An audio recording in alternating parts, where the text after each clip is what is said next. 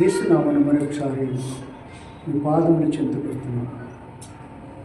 మీరు మా దేవుడు, మా సృష్టికర్త, మా రక్షకుడు, మా విమోచకుడు, మా కాపరి. మేము నమ్ముకుని ఉన్న మా ప్రియమైన సజీవమైన నిజమైన నిత్య జీవము కలిగిన సత్యదేవుడు, ఆకాశమందున్న అంతటా అన్ని సమయాల్లో ఉన్న దేవుడు. అందుకే యేసు క్రీస్తు ప్రభువారి నామను బట్టి హృదయపూర్వకమైన కృతజ్ఞతాస్తుతి ఆరాధన చెల్లిస్తూ మీ పాదముల చెంతకొస్తున్నాం. మా తండ్రి, చదువుకునే లేఖన భావం ద్వారా మాతో మాట్లాడండి. మీ మెల్లని స్వరాన్ని వినిపించండి. వాక్యం వెల్లడి ఎగురుతున్న వెలుగు మాలో తీసుకొని రండి. పాపిక రక్షణ, విశ్వాసకి ఎదుగుదల, ముందుకు నడిచే ప్రజల అధికమయముకు నడిపించు. మా సహవాసం ఎంతో దీవెనకరంగా చేయి. సమయోచిత సాయాన్ని మీరు నాకునిచ్చి మీరే మయం పొందమని యేసు నామమున స్తుతించి ప్రార్థించి వేడుచున్నాము తండ్రి, ఆమేన్. లూకాసు వార్త 19వ అధ్యాయం 3వ వచనాన్ని అందరం కలిసి చదువుకుందాం. యేసు ఎవరో అని చూడగోరెను గాని పొట్టివాడైనందున జనులు గుంపు కూడి ఉండుట వలన చూడలేకపోయెను. పొట్టివాడైనందున ఏం చేశాడు? ప్రభును చూడలేకపోయాడు. మన ప్రశ్న, యేసు ఎవరు? యేసు అనేకులకు తెలియదు. యేసు ఎవరో అనేకులకు తెలియదు. సాతానుకు, అపవాదికి లేదా దయ్యాలకు తెలుసు కానీ మనుషులకు తెలియదు. యేసు ఎవరో తెలియదు. మార్కు సువార్త 1వ అధ్యాయం 24వ వచనం.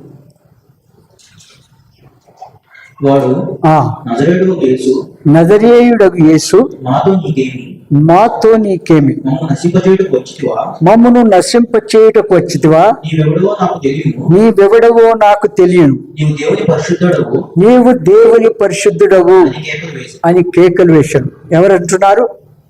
అపవాది చేత, దయ్యము చేత, సాతాను చే పీడింపబడుతున్న వ్యక్తి అంటున్నాడు. ఏమంటున్నాడు?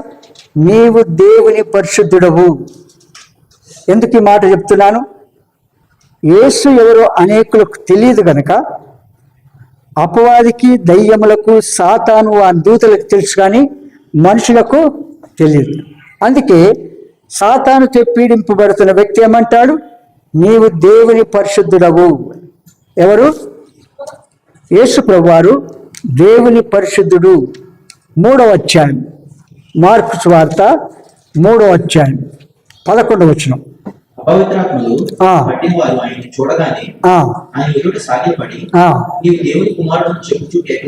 ఏం చేస్తున్నారు ఇక్కడ? దయ్యములు పట్టిన వ్యక్తి ఇక్కడ కూడా ఏమంటున్నాడు? నీవు దేవుని కుమారుడవు. వారికి, దయ్యాలకు తెలుసు కానీ మనుషులకు తెలియదు. నీవు దేవుని కుమారుడవు. ఎంత చక్కగా తెలియజేస్తున్నారు చూడండి.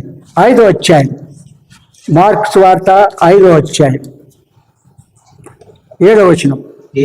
యేసు సర్వోన్నతుడైన దేవుని కుమారుడా, ఏమంటాడు? మాతో నీకేమి? నన్ను బాధపరచకుమని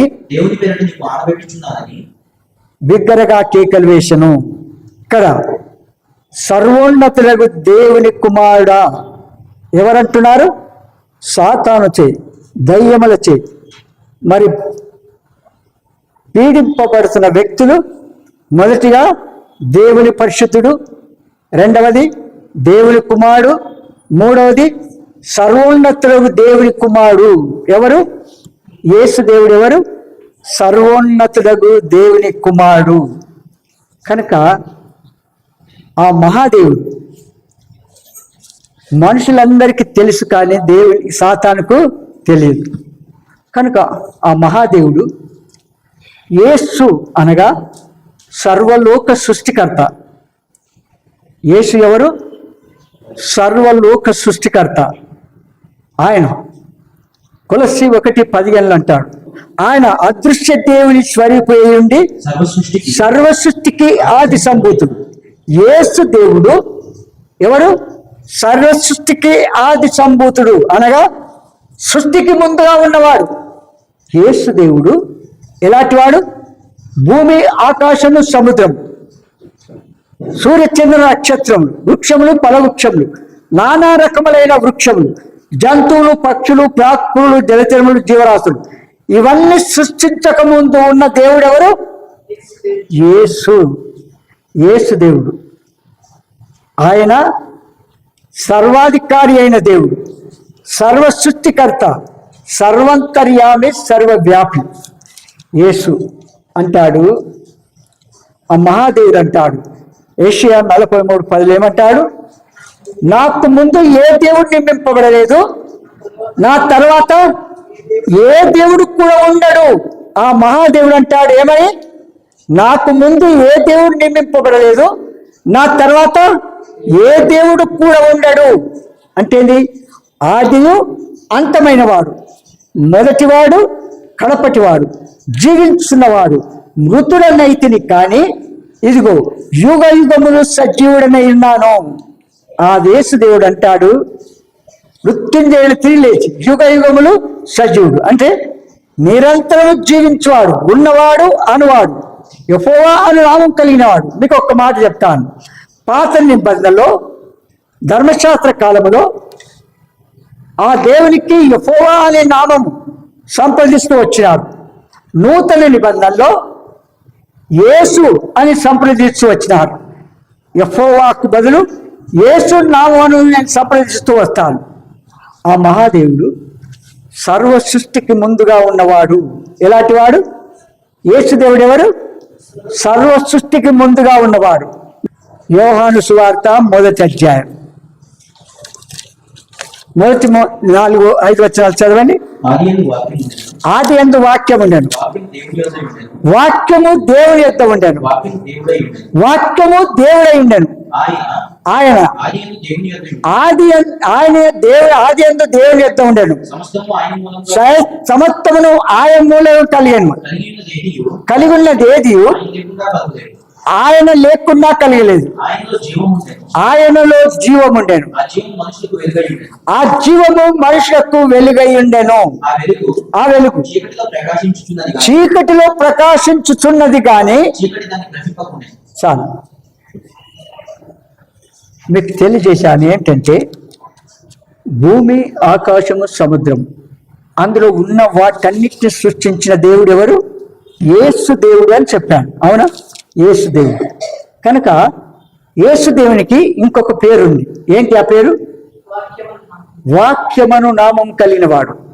ప్రకటన గ్రంథము 19వ అధ్యాయము 13వ వచనం, పేజ్ నెంబరు 240 కొత్త నిబంధనలో. రక్తములో ముంచబడిన వస్త్రం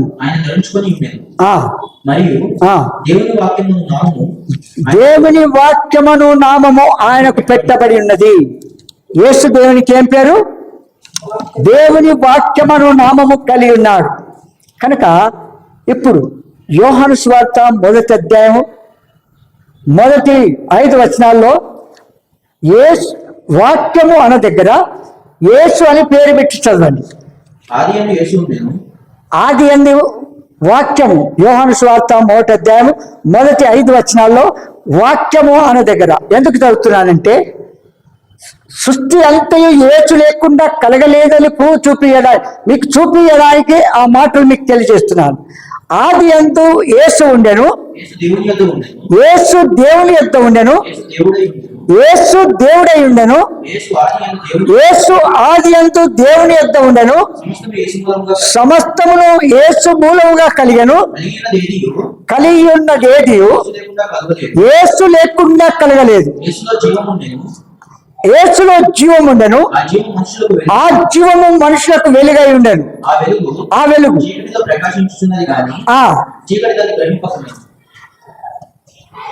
వాక్యము అను స్థలంలో యేసు అని పేరు పెట్టి చదివాం. అవునంటారా లేదా? యేసు ఎలాంటి వాడు? ఆది యందు ఏముండే? యేసు ఉండెను, యేసు దేవుని యొద్ద ఉండెను, యేసు దేవుడై ఉండెను. ఆయన ఆది అందు దేవుని యొద్ద ఉండెను. సమస్తమును యేసు మూలముగా కలిగెను. కలిగి ఉన్నదేది యేసు లేకుండా కలగలేదు. అనగా భూమి, ఆకాశము, సముద్రము, సూర్యచంద్ర నక్షత్రములు, వృక్షములు, ఫలవృక్షములు ఇవన్నీ కూడా యేసు ద్వారానే కలిగినాయి. కలిగి ఉన్నది ఏది? యేసు లేకుండా ఏది కలగలేదు. యేసు లేకుండా ఏది కలగలేదు. కనుక ఆ యేసు చూడండి, మీకు కొన్ని ప్రూవ్ చేస్తాను. అన్ని చెప్పడానికి సమయము లేదు, కానీ కొన్ని ప్రూవ్ చేస్తాను. ఏంటంటే చూడండి, కీర్తన గ్రంథము 24 వచ్చారు. మొదటి 3 వచనాలు చదవండి. భూమియు దాని సంపూర్ణతయు, లోకమును దాని నివాసులు యెహోవావే. ఆయన సముద్రముల మీద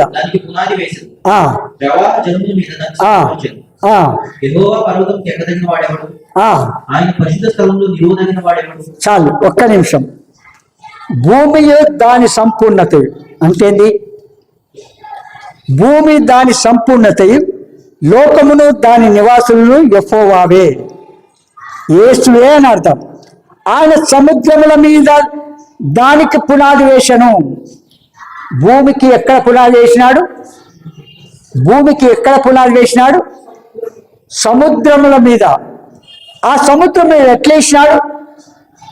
శరాపులు, కెరూబులు సంగీత నాదములతో పాటలు పాడుతూ ఉండగా వడిగల జలముల పైన భూమి యొక్క పాదులను నిలిపి స్థిరం చేసి దాన్ని అట్టు నిలిచిపెట్టాడు. కనుక యేసు అంటే ఆయన సముద్రముల మీద దానికి పునాది వేసెను. ప్రవాహ జలముల మీద ఏం చేసినాడు? దానికి స్థిరం చేశాను. యేసు దేవుడు ఎక్కడ? భూమికి ఎక్కడ స్థిరం చేసినాడు? ప్రవాహ జలముల మీద ఆయన స్థిరం చేస్తూ వచ్చినాడు. కనుక చూడండి, యోబు గ్రంథం 1 నిమిషం 38 4 నుంచి చదవండి. నేను భూమికి పునాదులు వేసినప్పుడు నీవెక్కడ ఉంటివి? ఆ దేవుడు అంటాడు, యోబుతో అంటున్నాడు, నేను భూమికి పునాదులు వేసినప్పుడు నువ్వెక్కడున్నావు? నీకు వివేకము కలిగినలా చెప్పును.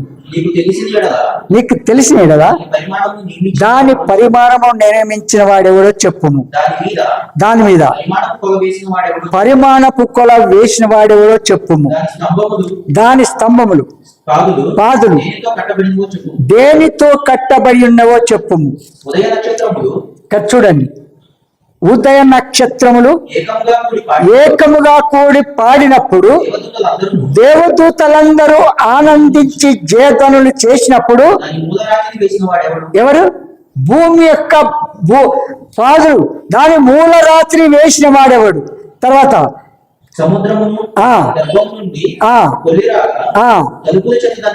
దాని కనుక యేసు ఒక్కడు నిజమైన సజీవమైన నిత్య జీవం కలిగిన సర్వలోక సృష్టికర్త. ఆయనే భూమి, ఆకాశములు, సూర్యచంద్ర నక్షత్రములు అందులో ఉన్న సర్వమును సృష్టించాడు. భూమిని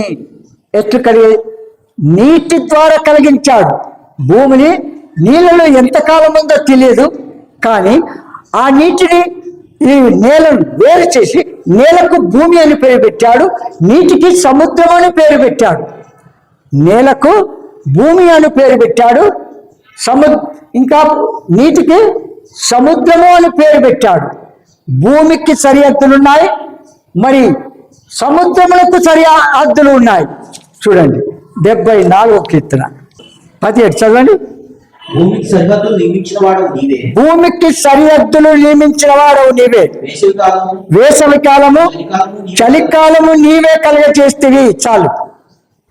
భూమికి వడిగల జలముల పైన పాదులు నిలిపి స్థిరం చేసిన దేవుడు యేసు దేవుడు. మరి అంటే ఇంకేమంటాడు? దానికి సరిహద్దులు నియమించిన వాడు ఆయనే. కనుక వేసవి కాలము చలికాలము నిర్ణయించిన వాడు ఆయనే. కనుక సముద్రమును కలుగజేసి దానికి అద్దులు నిర్మించాడు. 104 కీర్తన, కీర్తనలు 104 కీర్తన 5వ వచనం చదవండి. భూమి ఎన్నటికీ కదలకుండునట్లు భూమి ఎన్నటికీ కలగకున్నట్లు ఆయన దాని పునాదుల మీద స్థిరపరచను. ఏం చేసినాడు?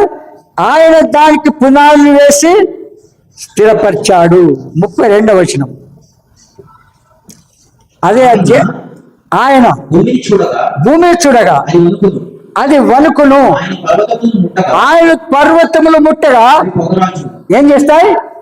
పర్వతములు ముట్టగా పొగరాజును. అంటే ఆ మహాదేవుడు యేసు దేవుడు ఎలాంటి వాడు అనే దానికి మీకు ప్రూవ్ చేయడానికి చెప్తున్నాను. యేసు లేకుండా ఏది కలగలేదు. భూమి, ఆకాశము, సముద్రం, సూర్యచంద్ర నక్షత్రములు, వృక్షములు, ఫలవృక్షములు, వీటన్నిటిని కలగజేసిన దేవుడు ఎవరు? యేసు దేవుడు. యేసు దేవుడు. మీ మైండ్ అటు ఇటు తొలగకుండా ఉండడానికి మీకు స్పష్టంగా తెలియచేస్తూ ఉన్నాను. సముద్రమును కలగజేసి ఏం చేసినాడు? దానికి అద్దులు నిర్మించాడు. 25వ అధ్యాయం 22వ వచనం చదవండి. సముద్రము దాటలేకుండానట్లు దాని తరంగములు ఎంత పొల్లినను అవి ప్రబలలేకయు ఎంత ఘోషించినను దాని దాటలేక ఉండునట్లు నిత్య నిర్ణయం చేత దానికి ఇసుకను సరిహద్దుగా నియమించిన నాకు మీరు భయపడరా?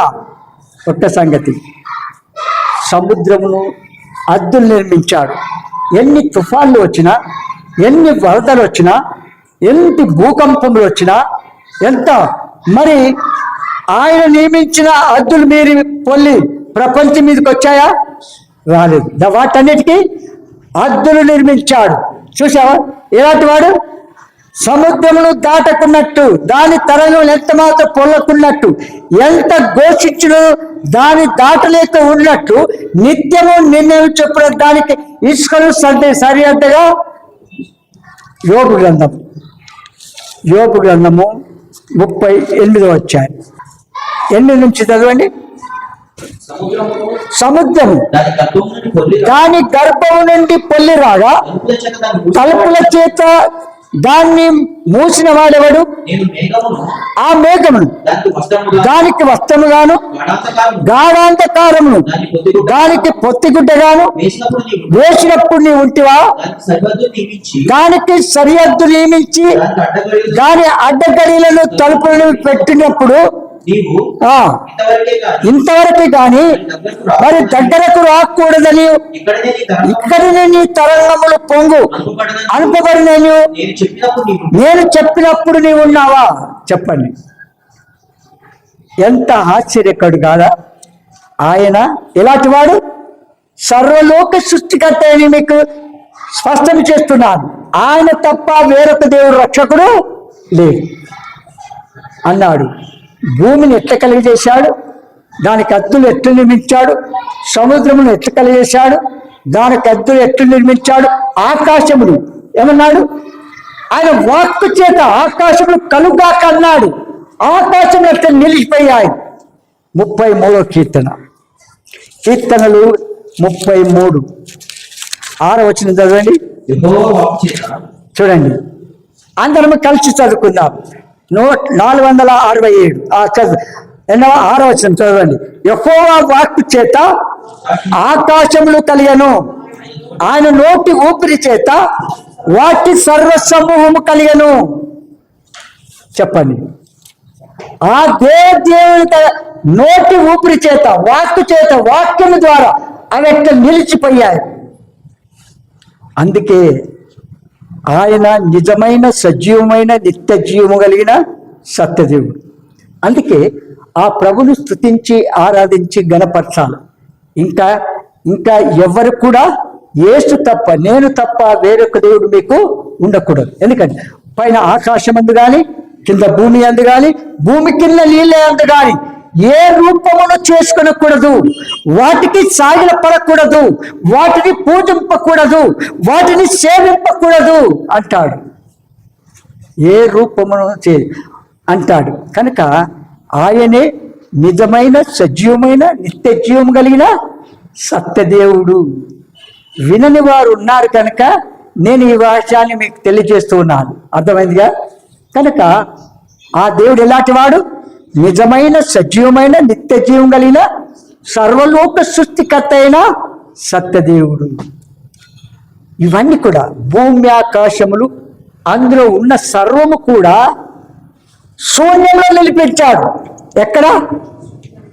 శూన్యములో నిలిపాడు. శూన్యములో అంటే ఈ ఫ్యాన్ ఉంది, దేనికి ఆధారపడింది? పైన రాడుకు ఆధారపడింది. అవునా? పైన రాడుకు. ఈ భూమి ఆకాశము సముద్రము శూన్యంలో ఏమి లేని స్థలంలో నిలిపించాడు. ఎవరికైనా సాధ్యమా? ఏ మానవుడు చేయగలరా? అసాధ్యమైన కార్యములు సాధ్యం చేసే దేవుడు. అసాధ్యమైన కార్యములు ఆయన సాధ్యము చేసే దేవుడు. యెషయా 40:22 ఆయన భూమండలం మీద ఆసీనుడై ఉన్నాడు. ఆయన భూమండలం మీద ఆసీనుడై ఉన్నాడు. భూమండలం మీద ఆసీనుడై ఉన్నాడు. దాని నివాసములు మిడతల వలె కనబడుతున్నారు. ఒకడు తెర విప్పినట్లు ఆయన ఆకాశ వైశాల్యమును వ్యాపింప చేసెను. ఒక గుడారము వేసినట్లు ఆయన దానిని నివాస స్థలముగా ఏర్పరచను. 34:4 ఆకాశ సైన్యమంతయు క్షీణించును, కాగితపు చుట్టవలె ఆకాశ వైశాల్యములు చుట్టబడును.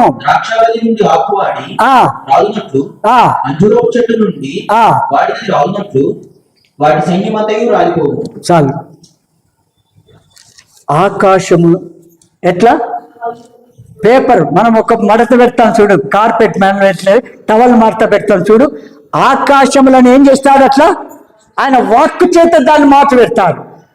అలాంటి దేవుణ్ణి మనం కలిగి ఉన్నాం కనుక ఆ మహాదేవుని తప్ప ఇంకెవరిని ఆరాధన చేయకూడదు. ఎందుకంటే మన సృష్టికర్త ఆయన ఒక్కడు మాత్రమే దేవుడు. ఎందుకు చెప్తున్నానంటే ఆయన తప్ప వేరొక దేవుడు మీకు ఉండకూడదు. ఆయన తప్ప వేరొక దేవుడు మీకు ఉండకూడదు.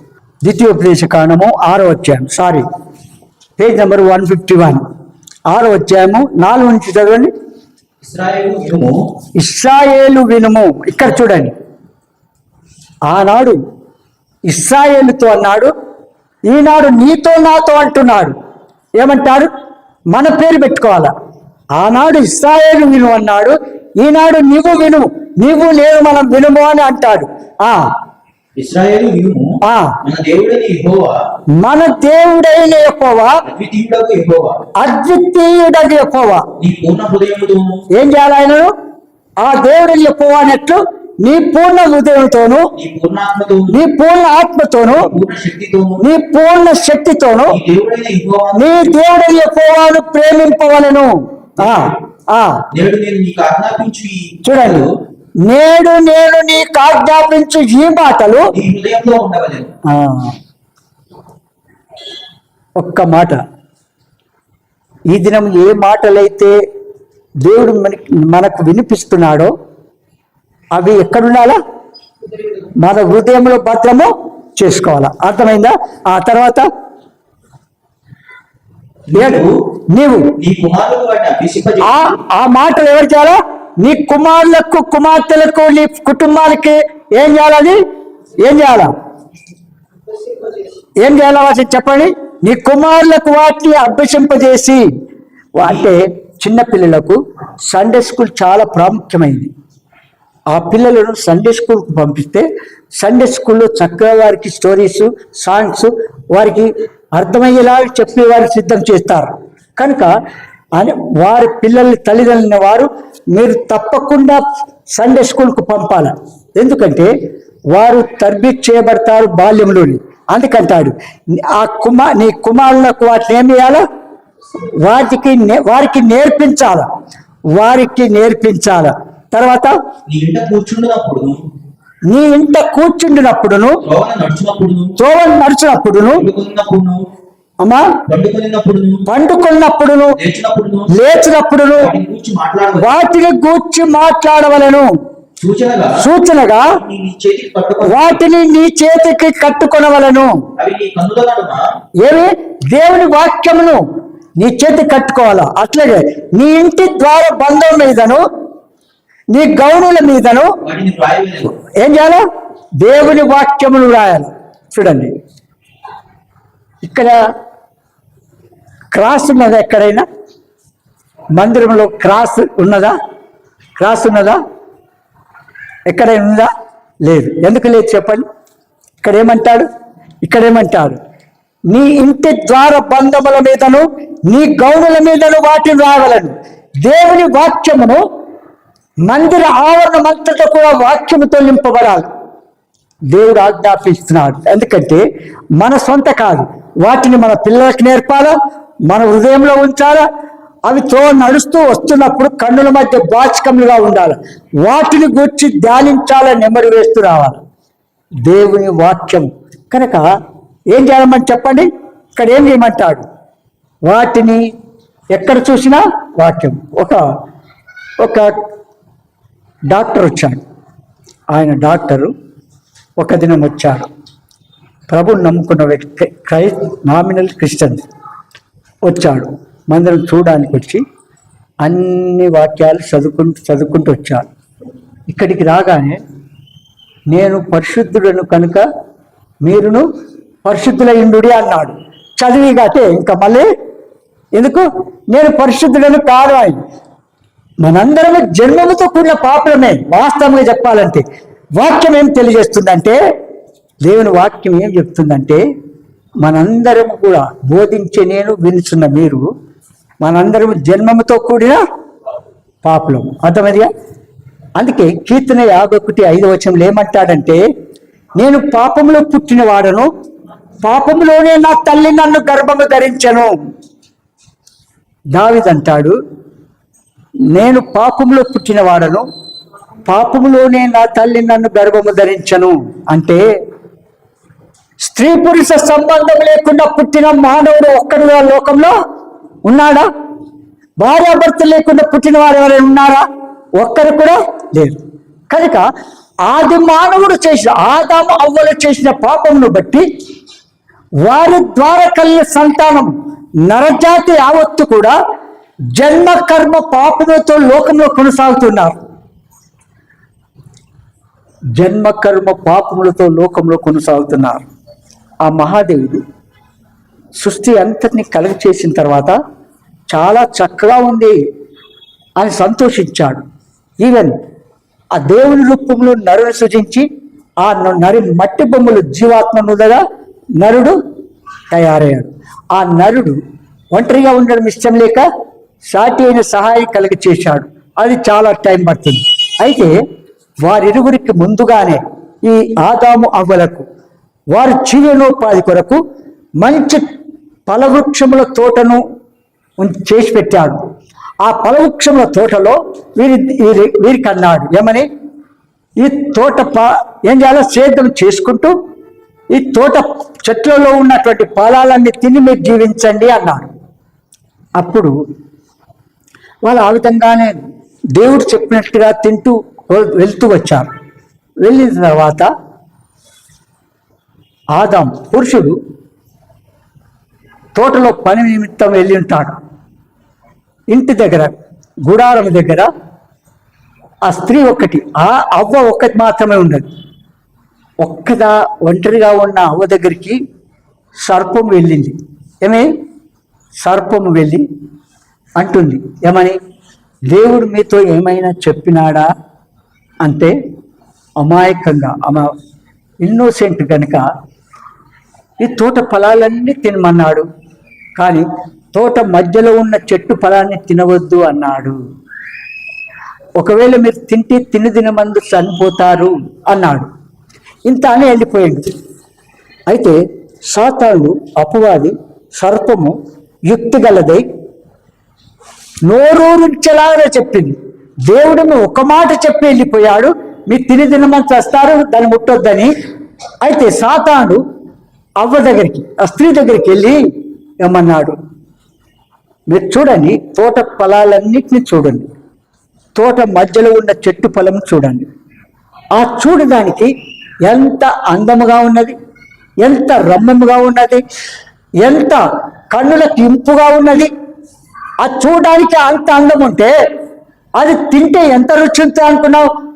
ఆ పండు తిని దినమందు నీ కన్నులు తెరబడతాయి, మంచి చెడ్డలు తెలివి వస్తుంది, నీకు జ్ఞానం ఇస్తాడు అని అనవరకు సాతాను చెప్పిన మాట, దేవుడు చెప్పిన మాట ప్రక్కకు ఉంచి అపవాది సాతాను సర్పము చెప్పిన మాట విని తాను తిన్నది అమ్మగారు తన భర్తకు కూడా ఇచ్చింది.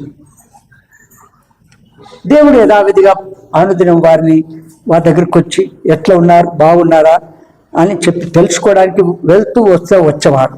పిలవగానే దేవుని దగ్గరికి వెళ్ళేవాడు, మాట్లాడేవాడు.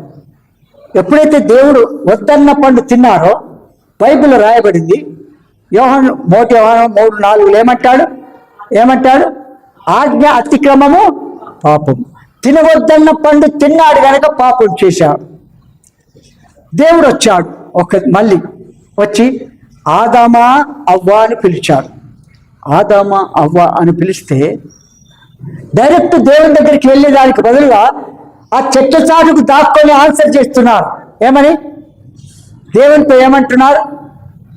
చెట్ల చాటు ఎక్కడున్నారు అని అంటే మేము చెట్ల చాటు దాక్కున్నాము అన్నారు. దేవుడు అన్నాడు, నేను తినవద్దన్న పండు తిన్నారు కదా అన్నాడు.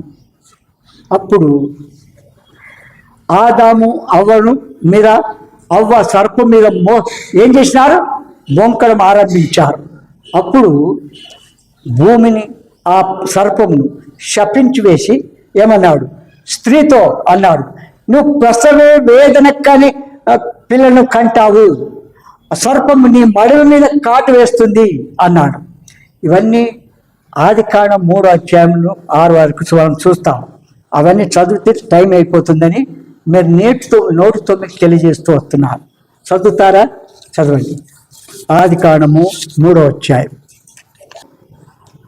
మొదటి నుంచి చదవండి.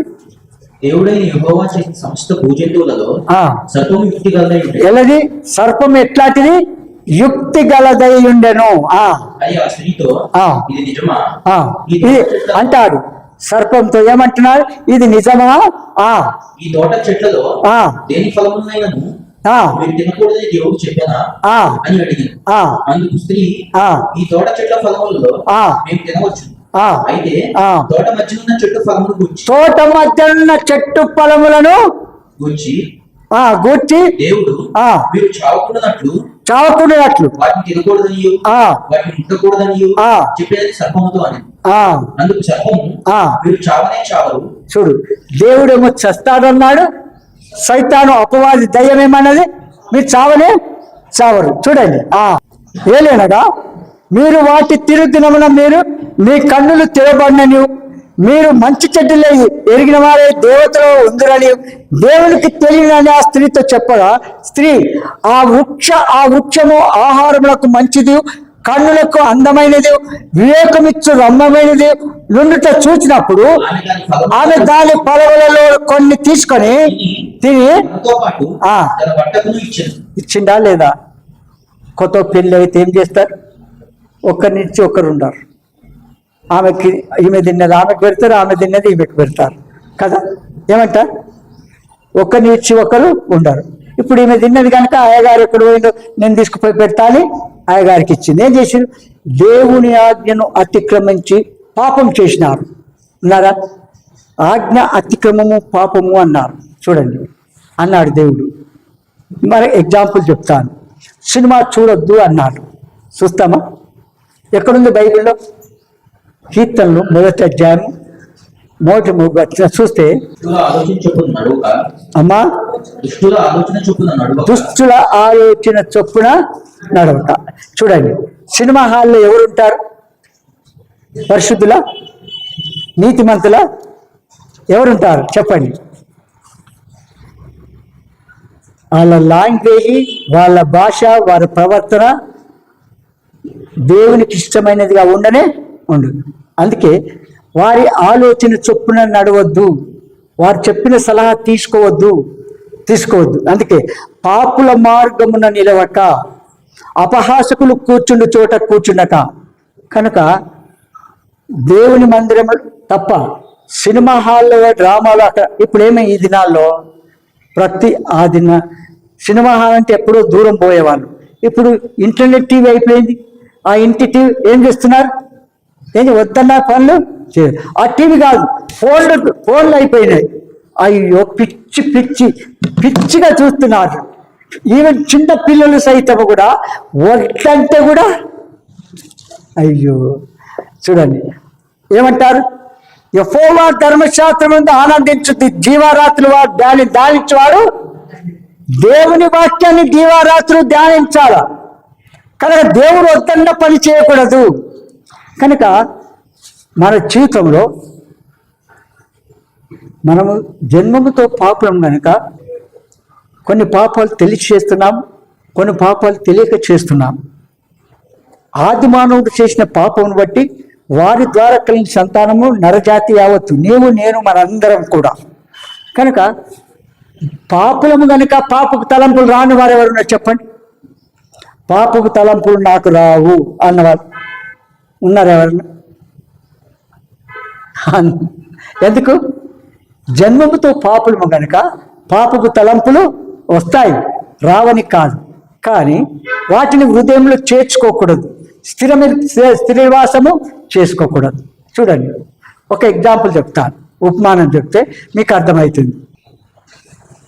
ఆకాశం పైన మిగిలిన ఎత్తైన స్థలంలో డేగ ఎగురుతూ ఉంటుంది, ఉంటుందా? డేగ ఎగురుతూ ఉంటుంది ఆకాశం పైన. దాని కన్నులు చాలా షార్ప్. భూమి మీద ఏముందో అక్కడ నుండి కూడా చూడగలుగుతుంది. అది విన్నారా? అక్కడ నుండి కూడా చూడగలుగుతుంది. అలాంటి డేగ ఆకాశం మీద ఎగురుతుంది కనుక ఆ డేగను ఏం చేస్తాం? ఏమని చేస్తాం? ఎవరి పేరు పెట్టాలి? నా తల ఎంట్రుకలు లేవు కదా, తల ఎంట్రుకలు మంచిగా ఉన్న దగ్గర ఆ డేగ తనంతటా తానే వచ్చి నేను గూడు కట్టుకుంటాను అంటే మన తల మీద ఆ గూడు కట్టనిస్తామా? ఆ డేగతో కట్టనిస్తామా? మీ పేరేమన్నా? ప్రదీప్ గారు ఏమనుకోరు కదా, తల బాగుంది, వెంట్రుకలు బాగున్నాయి, నేనేం చేస్తాను, గూడు కట్టుకుంటాను అంటారు. అంటే కట్టనిస్తామా? చి అని తోసేస్తాం, అవునా? కొట్టాం, లేకపోతే కట్ట తీసుకుంటాం, రాని గూడు కట్టుకొనియం, అవునంటారా లేదా? కనుక ఎందుకు చెప్పిన మాట? మన మానవుని యొక్క హృదయాల్లో తలంపుల యొక్క ఊహ ఆకాశం ఎగిరినట్టుగా ఎగురుతూ ఉంటాయి. ఈ తల మీద గూడు కట్టుకోకుండా దీన్ని ఎట్లు ఎగరగొట్టామో పాపపు తలంపులు, చూపులు, మాటలు, క్రియలు మన హృదయంలో నివాసం చేసుకోకుండా వాక్యమును హృదయంలో భద్రం చేసుకోవాలి. మోకాళ్ళ మీద వాక్యం చదవాలి. ప్రార్థనా జీవితం ఎక్కడ చూడు, ద్వార బంధువుల మీద, గౌళ్ళ మీద దేని వాక్యాలు రాసి ఉంచాల. చూడండి, మీకు వినని వారు ఉన్నారు కనుక చెప్తున్నా. నేను కింద ఆరంభ దినాల్లో కింద వర్షిప్ చేసుకునే వాళ్ళం. ఆల్పు ధర పెద్దగా ఉంది, కనీసం దాదాపు 70-75 మంది దగ్గర పడితే కూర్చుంటారు. అట్లా ఉన్నప్పుడు నేనేం చేసినానంటే ఒక వాక్యాలు రాయాల. అయితే ఒక అన్యుడు పోలీస్ డిపార్ట్మెంట్లో పనిచేసేవాడు.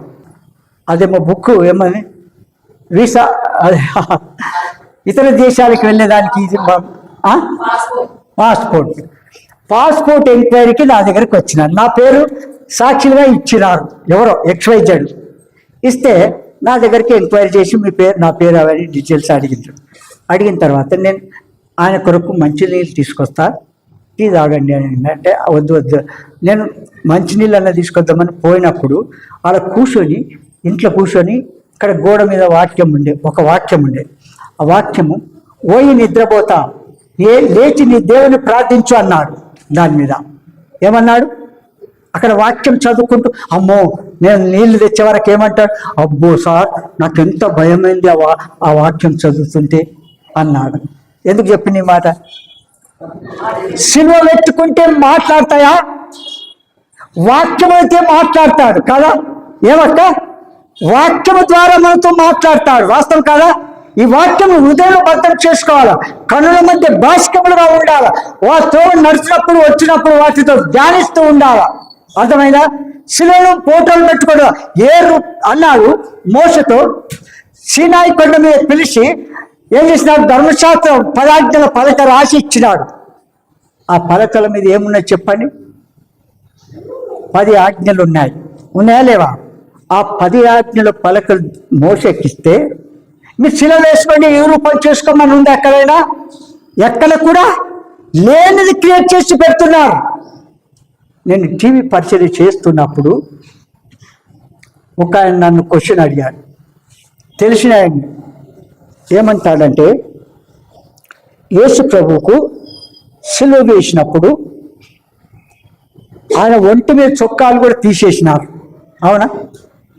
తీసి ఆ సిలువకు మేకులతో కొట్టి సిలువ వేసినారు. వేసి రాలేదా? వేసినప్పుడు ఆ సిలువకు చున్ని కానీ ఇట్లా తలివేసిరా? చున్ని తలివేసినారా సిలువకు? వీళ్ళు ఏం చేస్తున్నారు? ప్రతి దగ్గరికి వెళ్ళండి, ఆ సిలువను వేసి చున్ని వేసుకున్నట్టుగా ఆ రూపం చూపిస్తున్నారు. అది తప్పు కాదా? అబద్ధం కాదా? దేవుడు వద్దన్న పని చేయడం లేదా? నేను తప్పు పట్టడం లేదు, వాక్యంలో లేని చేస్తున్నారు. అందుకే ఇదిగో క్రీస్తు ఇక్కడున్నాడు, ఇదిగో అక్కడున్నాడు ఎవరైనా చెప్తే మీరు నమ్మొద్దు. పరలోకానికి వెళ్ళాలంటే యేసే మార్గము, సత్యము, జీవమై ఉన్నాడు. నా ద్వారా తప్ప పరలోక రాజానికి ఎవరు కూడా చేరరు. కనుక మనందరము పాపులు. అవునా? జన్మ కర్మ పాపులము కలవారం. పాపం తలంపులు వస్తాయి. అయితే పైకి కనబడే పాపాలు తీసివేసుకుంటాం. పాపమని తెలిసిన దాన్ని చేయకుండా మానుకుంటాం. అయితే జన్మ పాపాన్ని ఎవరైనా తీసేస్తారా? ఏ మానవుడు, ఏ డాక్టరు, ఏ పూజారి, ఏ బోధకుడు, ఎవరు కూడా తీసివేయలేరు. ఏ మాంత్రికుడు కూడా తీసివేయలేడు. తీసేస్తాడా? బైబిల్లో రాయబడింది, కూషు దేశస్థుడు తన చర్మమును మార్చుకొనగలడా? చిరుతపులి తన మచ్చలను మార్చుకొనగలదా? అలా మార్చుకొనగలిగిన ఎడల కీడు చేయుటకు అలవాటు పడిన మీరు మేలు చేయవల్లపడును. ఏమంటాడు? మేలు చేయవల్లపడును. ఎక్కడుంది చెప్పండి? ఇర్మీయా గ్రంథము 13వ అధ్యాయము 23వ వచనం చదువుతున్న, పేజ్ నెంబర్ 639. కూషు దేశస్థుడు అంటే బొగ్గు లాంటి వ్యక్తి. ఎవరు? బొగ్గు లాంటి వ్యక్తి. అమెరికా వాళ్ళ వారి కాస్మెటిక్స్ అంటే పౌడరు, స్నోలు, ఆయిల్స్, మరి సోప్స్ ఇవన్నీ తెచ్చుకొని రుద్దితే తెల్లగా అవుతాడా చెప్పండి? తెల్లగా కాలేడు. అవునా? కనుక దాని అర్థం ఏంటంటే, కూచి నల్లటి వాడు తెల్ల అవుతాడా? కూచి దేశస్థుడు తన చర్మమును మార్చుకొనగలడా? చిరుతపులి తన మచ్చలను మార్చుకొనగలదా? మార్చుకొనగలిగిన కీడు చేయుటకు అలవాటు పడిన మీరు చూసావా? జన్మ పాపాన్ని ఏ మానవుడు ఎవరు కూడా తీసివేయలేదు. విన్నారా? పాపి పరిశుద్ధుడు కావాలా? పరలోక రాజ్యం వెళ్ళాలంటే పాపం లేని మానవుడు భూలోకంలో జన్మించాల. ఎవరు? పాపం జంతువుల, పక్షుల, కోళ్ళ యొక్క, గొర్రెల యొక్క, మేకల యొక్క, పావురాల యొక్క, నెమల యొక్క రక్తం చిందించడం ద్వారా మనిషి పాపము తీసివేయబడదు. మనిషి పాపము తీసివేయబడాలంటే పాపం లేని మానవుడు భూలోకంలో జన్మించాల. బైబిల్లో రాయబడింది, నీతిమంతుడు లేడు, ఒక్కడు కూడా లేడు అంటాడు. కనుక మన జీవితంలో ఒక్కరి చుట్టూ తెలుసుకోనండి, నీతిమంతుడు లేడు, ఒక్కడు కూడా లేడు. కనుక మన సృష్టి అంతా కూడా ఎట్లా? సర్వలోకాన్ని సృష్టించిన ఆ మహాదేవుడు ఒక్కడే పరిశుద్ధుడు. యేసు దేవుడు మాత్రమే పరిశుద్ధుడు. అయితే ఆయనలో ఏ పాపం లేదు. ఆ దేవుడు శరీరధారిగా భూలోకంలో జన్మించాడు. ఎందుకొరకు? పాపులను రక్షించకు క్రీస్తు యేసు లోకములకు వచ్చిన వాక్యము నమ్మదగినది, పూర్ణాంగీకారములకు యోగ్యమనై ఉన్నది. కనుక మన జీవితంలో ఆ మన పాపం నిమిత్తం మనం పొందవలసిన శిక్ష ఆ ప్రభు పొందాడు మన కొరకు. మన తలంపులు, చూపులు, ఊహలు, ప్లాన్లు చేసిన పాపంను తీసివేయడానికి యేసుక్రీస్తు తలలో ముళ్ళ కిరీటం పెట్టి రక్తం కార్చాడు. నా చేతులు చేసిన పాపాన్ని తీసివేయడానికి యేసుక్రీస్తు ప్రభు వారి చేతుల్లో సీల్ను కొట్టించుకొని రక్తం కార్చాడు. నా కాళ్ళు చేసిన పాపాన్ని తీసివేయడానికి మరి యేసు ప్రభు యొక్క కాళ్ళలో మేకులతో కొట్టి రక్తం కార్చాడు. మన హృదయమంతటితో చేసిన పాపాన్ని తీసివేయడానికి యేసు ప్రభు పక్కలో బల్లెమును పొడిపించుకొని రక్తమంతా కార్చాడు. అన్నాడు, తండ్రి వీరేం చేస్తున్నారో వీరు ఎరుగరు కనుక వీరిని క్షమించు. మన పాపములన్నింటినీ క్షమించి వేసినాడు యేసుదేవుడు. మనం చేయవలసింది ఒకటే, యేసు నిజమైన దేవుడు. నా పాపముల కొరకు భూలోకంలో జన్మించాడు, నా పాప శిక్ష శిలువలో భరించాడు, నా కొరకు రక్తమంతా కార్చాడు, చనిపోయి సమాధి తిరిగి లేచినాడు, నేను నమ్ముతున్నాను ప్రభా అంటే చాలు. మన పాపమును క్షమించి తూర్పు పడమటికి ఎంత దూరం అంత ఇడం చేస్తాడు, తిరిగి వాటిని జ్ఞాపకం చేసుకొనను అంటాడు. కనుక మన జీవితంలో ఇంకా ఎవరైనా సరే మీరు మారుమనసు పొందకపోతే, మీరు నూతన జన్మ పొందకపోతే, పాపము ఒప్పుకొని విడిచిపెట్టి, ఏ పాపమున్నా పాపమే, దేవుడు వద్దన్న పని చేయడం కూడా పాపమే.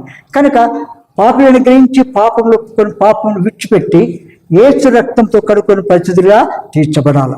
అదే మారు మనసు అంటారు. కనుక మారు మనసు పొందిన ప్రజలు, అందుకే మీరు సర్వలోకానికి వెళ్ళి సర్వసృష్టికి సువార్త ప్రకటించుడి, నమ్మి బాప్తిసం పొందినవాడు ఏం చేస్తాడు? రక్షింపడు, నమ్మని వారికి శిక్ష విధింపబడును. కనుక వీటిని జ్ఞాపకం చేసుకొని మనము వాళ్ళు పాలు పొంది మనం ముగించుకుంటాం. ఈ వల్ల నమ్మిన ప్రతి వారు కూడా తీసుకోవడానికి వీలు లేదు. యేసు దేవుని నమ్ముకున్నానని చెప్పి బలలో పాలు పొందకండి. ఎందుకంటే వివేచింపక తిని త్రాగువాడు శిక్షావిధి. చూడండి, కోరింథీయులకు రాసిన పత్రిక, మొదటి కోరింథీయులకు రాసిన పత్రిక 11వ అధ్యాయం 28 నుంచి చదవాలి. కాబట్టి ప్రతి మనుషుడు ఏం చేయాలా? మనలను మనం పరీక్షించుకోనాలా.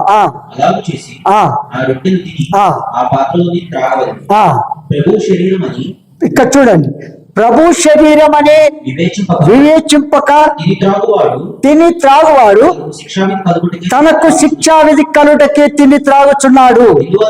ఇందువలనే మీలో అనేకులు బలహీనులు, రోగులై ఉన్నారు, చాలా మంది నిద్రించున్నారు. చాలు. కనుక ఎవరి పాపములు యేసు రక్తంతో కడుక్కొని పరిశుద్ధులుగా తీర్చబడ్డారో, దేవుని కుమారులుగా కుమార్తెలుగా చేయబడ్డారో అట్టివారు మాత్రమే బలలో పాల్పొందారు. వారు కూడా ఎక్కడైనా ఏ విషయంలోనైనా దేవునికి విధంగా తలంచిన మాటలను యోచించిన సరి చేసుకొని యోగ్యమైన బలలో పాల్పొందండి. వివేచింపక తిని తావాడు శిక్షావిధికి పాత్రలు అవుతారు. అటు మనము